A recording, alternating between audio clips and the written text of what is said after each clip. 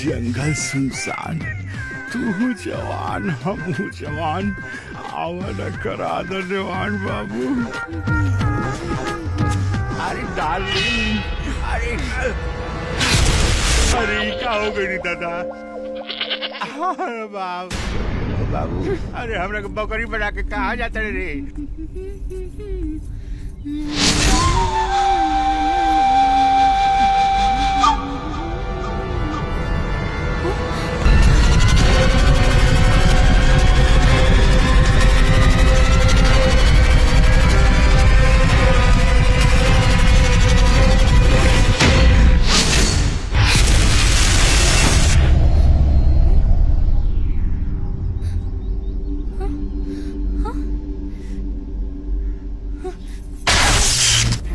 नागिन, ते डाल तो हम पान ते अपना नाक के कवच बन के धरती पहले तो हम वो कवच के तोड़े खातिर। आखिर तू ऐसा काहे करत आनी? काहे कि तोरा नाक से मणि हासिल करब हमार उद्देश्य बा और महागुरु के आदेश भी।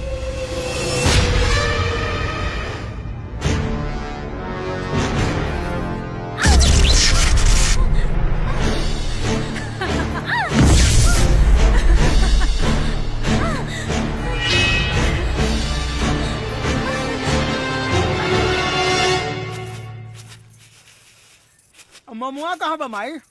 ए भगिना, भगिना रे, ए भगिना। अरे ससुरा चिन्हत काहे नहीं? हम तोर मजनू मामा, मजनू मामा। ई ससुरा ना समझी।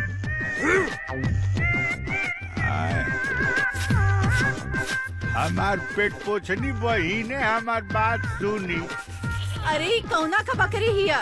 काजनी माई के कहिया भोरे में खा जानी डिस्टर्ब करत। हम तोर सरवन भाई हई मजनू। अरे ए करीवा एकरा के भगाव रे, कब से कबारे पे भी नहीं आतिया। बतिया सुन ना रे। औ मोहिनिया जोन बिया नु मोहिनिया, उ बहुत भारी जादूगरनी हिया। उ हमके बकरी बना देला। अरे हमर बातवा नहीं घटा समझत।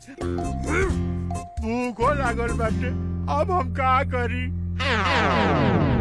अरे गेहूं खा के काम चला लेते। आई हो दादा, ई तो हमार कुल गेहूं खा दिया।